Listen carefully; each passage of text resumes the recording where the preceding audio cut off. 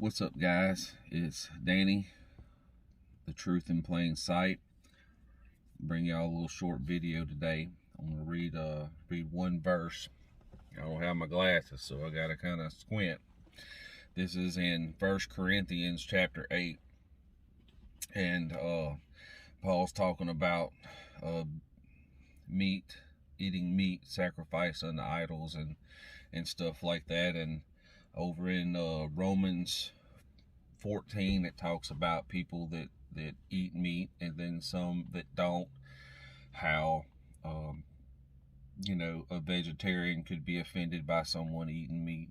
And anyhow, so in chapter 8 verse 9,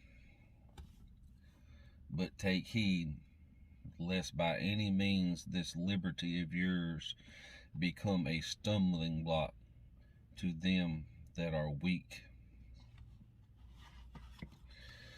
All through the Bible, Old Testament and New Testament, God tells us, how to be. I know as a kid growing up, I'd ask my dad why a lot, as most kids do, and he'd simply say, because I said so. Well, it's not that he didn't want to tell me, that I was just kind of young and I didn't understand or wouldn't understand even if he had explained it well to me. And we are children of God, and there's a lot of things that we can't understand, but there's a lot of things that we can understand. We're told how to worship. We're told how to treat each other, brothers, sisters. Parents aren't supposed to provoke their children to anger. Children are supposed to honor father and mother. Husband and wife both have duties to each other. And just kind of want to ask a question, just so we kind of get it in our hearts. Now, I know that on the day of judgment that we have to give an account for our own selves. But are we being a stumbling block before someone else? Because let's face it, if you don't do your job, then that trickles down the line, and then that can have an effect on someone else. If a parent doesn't teach a child a particular thing that is necessary for them in their teenage and adult life to know, then that's a disservice to that child.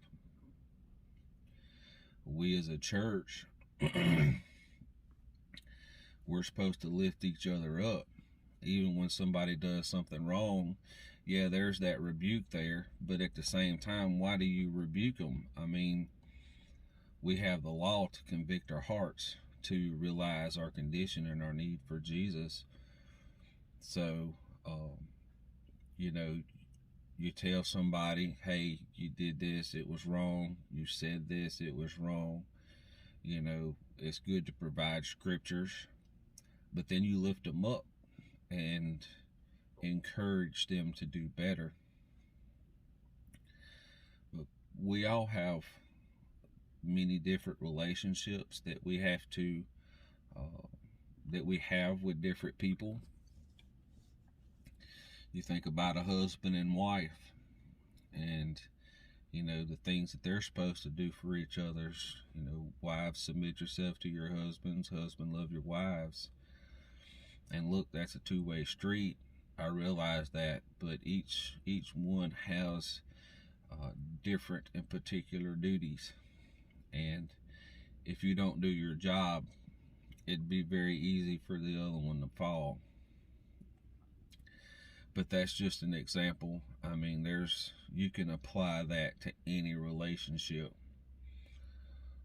And I just think that we need to be very careful about not doing our job. Just think about all those people out there that are lost. We as a church, we're not getting out there and knocking on doors, standing on street corners, passing out tracts, preaching Jesus. I mean, there's people out there that they're spreading word. You got the Jehovah's Witness out there. You got the Mormons out there telling you, hey, you got to do this, you got to do that.